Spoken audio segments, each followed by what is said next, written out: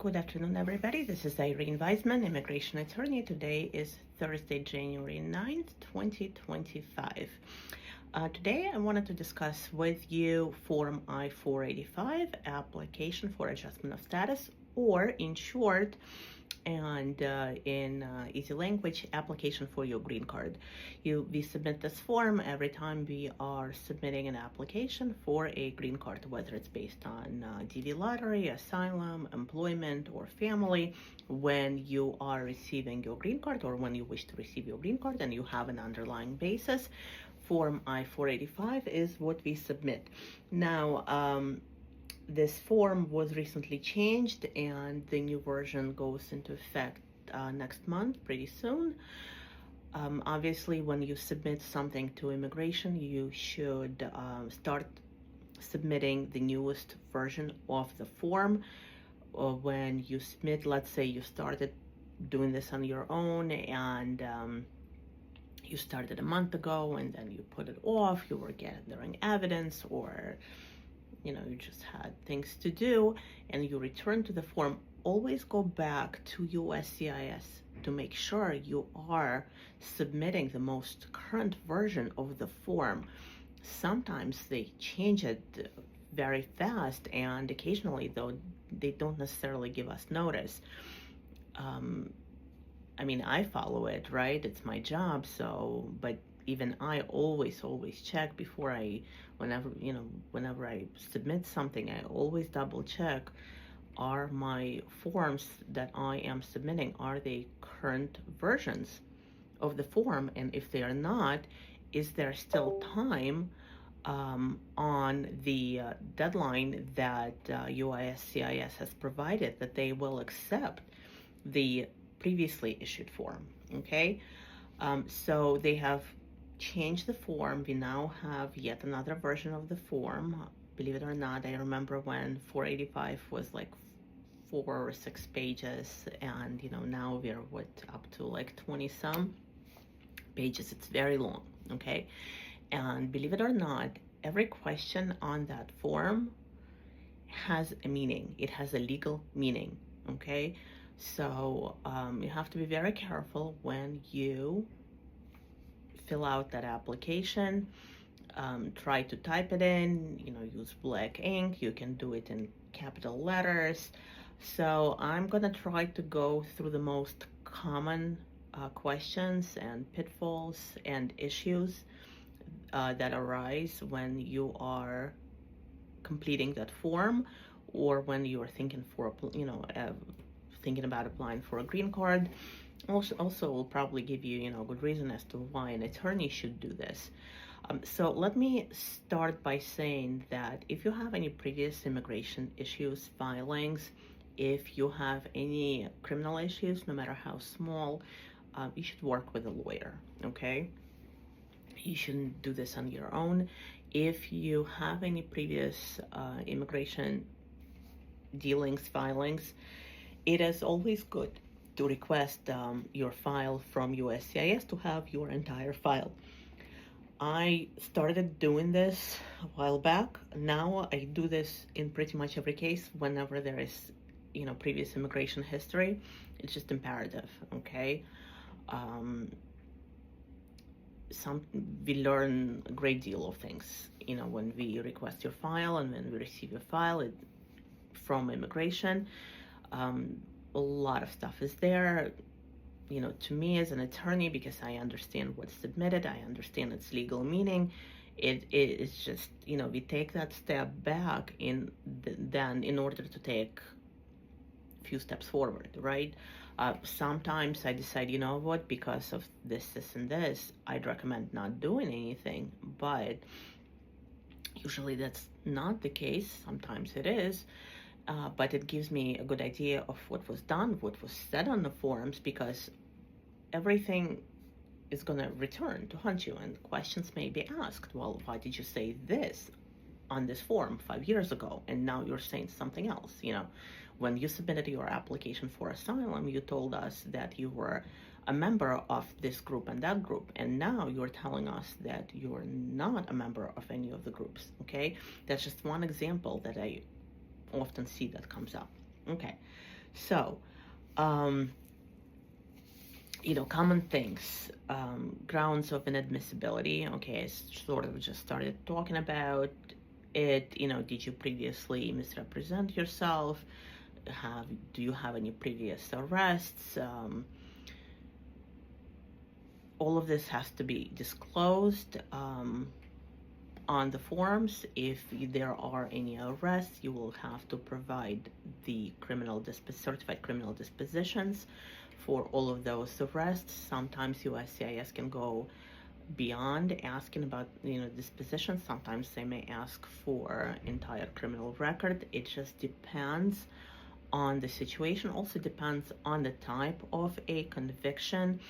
If, as I said, if you have any previous arrests, please work with the lawyer. Please show all criminal dispositions to your attorney, no matter how minor they are, that you think that they could be minor.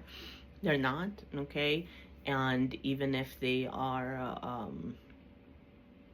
expunged, or you were underage when it happened, or whatever, doesn't matter. Okay, for immigration purposes, everything counts. We have to disclose it. We have to talk about it. If an arrest or a conviction happened when you were in your home country, okay, or another foreign country, that has to be disclosed as well, okay? And you have to obtain criminal records from that country, and then if it's not in English, then certified translated into English, okay? Very, very, very important.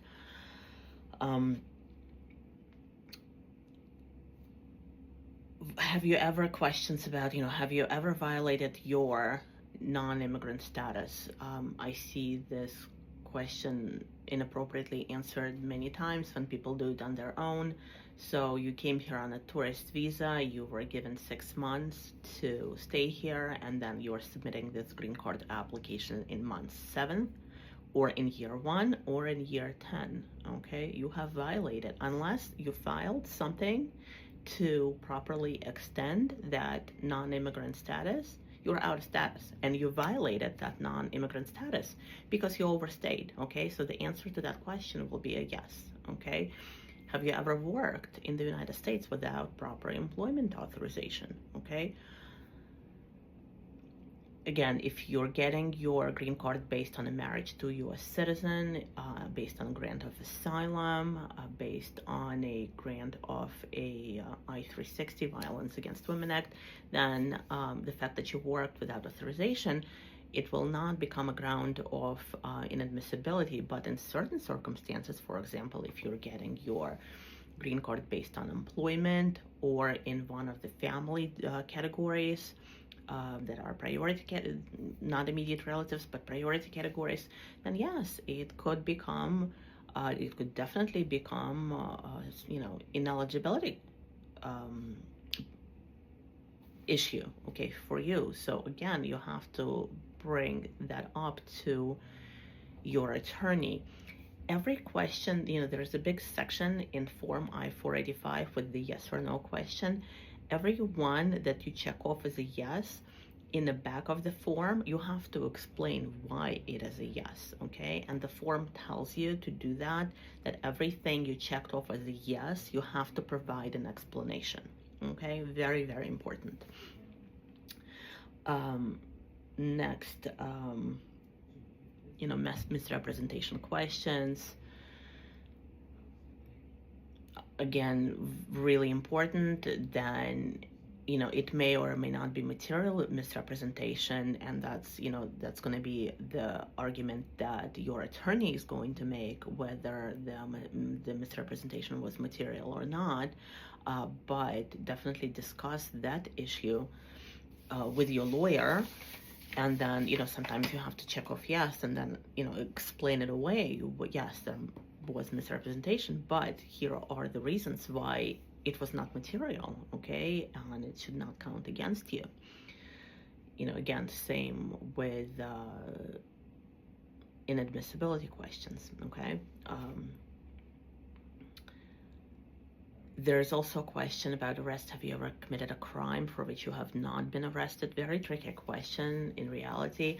In 20 years of practice, once I had to check that off because one of my clients, he was accused. He wasn't even charged. He was accused of something in his home country, but whatever he was accused of was a criminal violation in that country.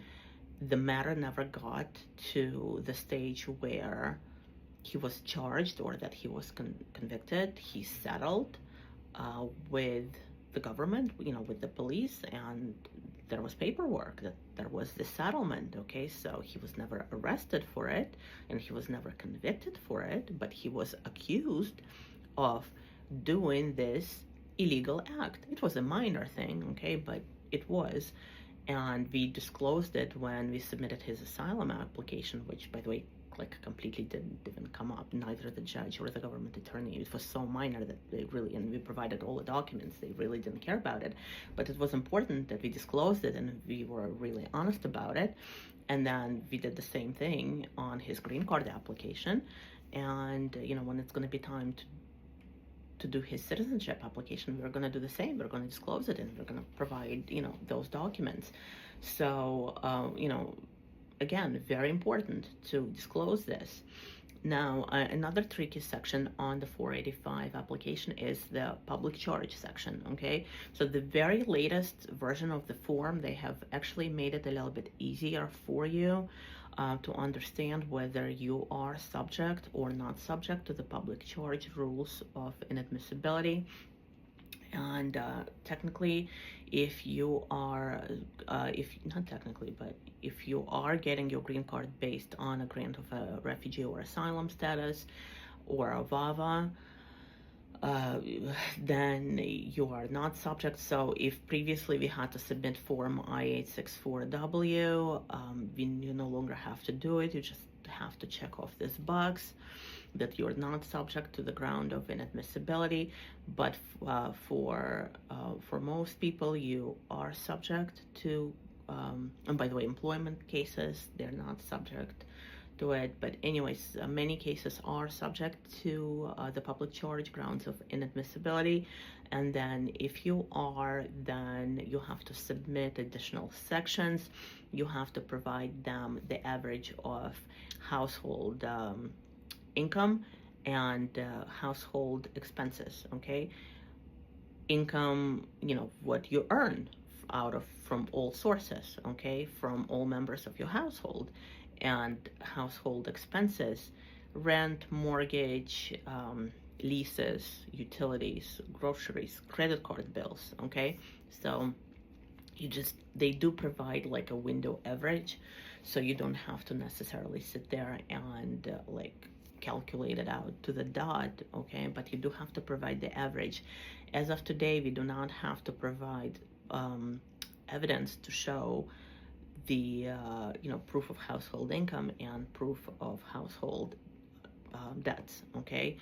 So the petitioner has to provide their income taxes and pay stubs for the purposes of the affidavit of support, but for the purposes of the green card application, we don't. Now, during the first Trump administration, we had that form I-944 where we did have to provide proof of those things. I am not sure if that's going to come back because, in reality, most of 944 was converted into this public charge section of the 485 application. It's just the difference is that we don't have to provide evidence. Now we may receive a request for evidence asking us to provide proof. It hasn't happened yet. I don't know what's going to happen, so we'll see, okay? But but right now I haven't had an issue with that, with USCIS sending us requests for evidence, for proof of the public charge section on the 485 application. And in that section, you also have to show, whether you have any diplomas, certifications. That's your place to shine, whatever you want to tell them you have. This is where you would, put all your diplomas, certifications, degrees, awards, whatever. If it's a skill, that can lead to an income. Basically, that's where you would put it. And so, very long form. Every question, every section has a legal meaning. Be very careful if you're doing this on your own. Read instructions very carefully, but better not to do it on your own. Better to hire an attorney and help you do this. I have to say that, every time I've had a client who came in and, they're retaining, they're hiring my services, but they're saying, oh, by the way, they filled it out, or they received a request for evidence and I see how they filled out the 485, I always find mistakes, okay? Always find mistakes. Now, sometimes the mistakes are not grave mistakes, right? Or they can be easily corrected, during the interview, but sometimes it's one big mess, okay? Usually it's one big mess. So try not to do this on your own, especially if you have any issues such as previous immigration history, arrest history, or misrepresentation history, or anything else that you think may lead to a problem. Work with a lawyer, okay? If you're doing it on your own, read the questions carefully, read instructions, okay? Review everything before you submit it, and make a copy of everything and scan everything in before you submit it. If problems arise, you can show a copy of what you have submitted to a lawyer in case they don't have the time to do that request, to do the FOIA request, to grab your file. If there is a request for evidence, you have a very limited time, okay? So it's very helpful when you have a copy of everything you have submitted to USCIS. I hope this was helpful. Have a great day, everybody, and talk to you soon.